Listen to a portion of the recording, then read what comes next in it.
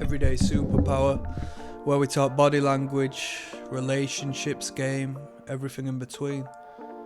I'm gonna bounce back onto a concept we discussed in a previous video, where I spoke on the parallels between being a salesman and understanding sales and marketing psychology, in parallel to how attraction works and how essentially you sell yourself to a market of women, and knowing the insights of abundance and scarcity and sales technique and psychological implementation of this understanding, how it'll be of incredible benefit and open your eyes to what is. So I'm going to bounce back on one thing in particular. It's very easy to sell a product when you believe in that product. It's very easy to sell a product when you understand that product and wholeheartedly believe in the benefits and the value of that product. When you compare and contrast one product to another and you see how one shines above and beyond the other, then it's what I would consider an easy sell. So what I say is this: if it is your job essentially to sell yourself, and I say this respectfully, I don't mean it as a full encompassing term. I mean this to say, if you want a person to like you, let's say you want that woman to like you and you want to put your best foot forward and ensure she is satisfied with you, you need to know yourself as the product in order to be comfortable and confident to pass all tasks and tests with flying colours and have such a degree of understanding and self-worth, and really concentrate on that value of yours, to which it really doesn't matter if she didn't like you, because that's her loss, because you perceive your value in relation to the next person and the next person, and you definitely understand your value in relation to who they are. It's self-worth at its finest. And we must value ourselves responsibly. We can't enter the realm of delusion and allow our ego to value us higher than we are. Because if we were to do so, and if we were to believe in that, there will be a non-congruent communication we have with that woman that spurs a uncomfortable reaction from her. Okay?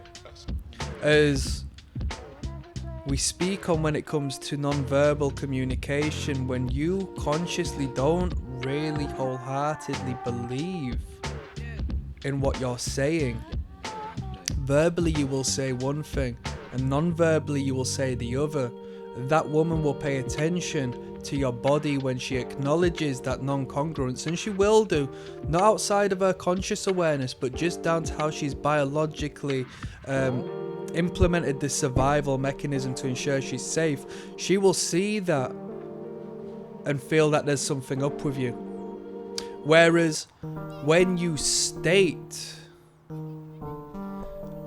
with confidence and competence whom you are, where you're going, and who you are in relation to them, without putting them down, but just to indirectly influence that person to perceiving you as who you actually are and who you believe you are through trial and error and failure. You are a man. You will speak with such audacity and boldness that you can't help but sell the product, because you know what benefit and what void you will fulfill in their life by giving them this incredible material.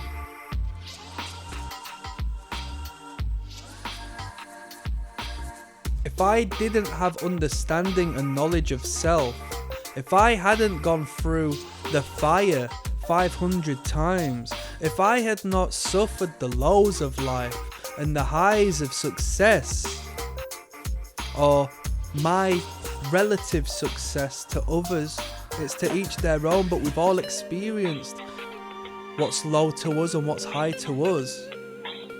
If I have not been through these situations and been forged in the iron and created this entity that is, and not acknowledged who I am, then I would not be able to speak with confidence to that person. If I don't know who I am, how can I respond to you in a manner which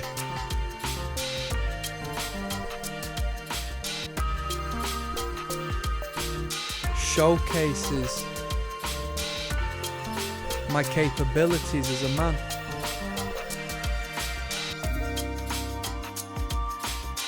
You know? I'm putting you onto some game here. You don't need to sell yourself to me as a woman if you are on a date. Because you've chosen to go on a date with me, your shtick is over. I know why you're here, because you are attracted to me. That's why we're on a date. The only thing I can do at this point is let myself down. If I want to go forward with some action, you know. The only thing I can do is let myself down. But I've got such self-confidence through understanding who I am and what value I possess and how I stand relative to my fellow man, that it would be your loss to not continue to pursue me. It would be your loss. And so, whilst framing it like that and believing it, what have I got to lose? You've got nothing to do other than chase me at this point.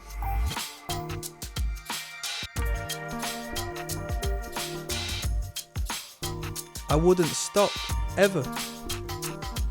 Even with you by my side from here on, after we have our children and after we get married, I'm never gonna stop, because it's who I am. I can't stop. So, take it or leave it. Whereas the next man can talk about something outside himself. Can talk about, oh, have you seen that guy on Love Island? She's got girlfriends to talk to about that shite. That's some game. Learn about sales psychology, learn about sales principles. It'll be of incredible benefit to you, I assure you. Everything's a sale. Everything.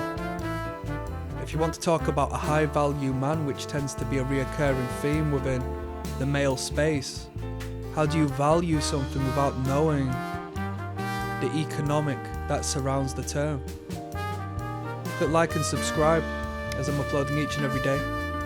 Got 2 links in the description. One will take you to the catalogue of body language, how to read people through their non-conscious behaviours. It's how you read minds. It's a YouTube playlist, so it's free. Second to that is the Patreon. You'll join me in watching real life first dates, where I'll break down attraction body language, repulsion body language as you see it on screen before you. You'll see it manifest in the world around you from there on. It's all hardwired in all of us, alright? That's the real game. I'm signing out. Peace.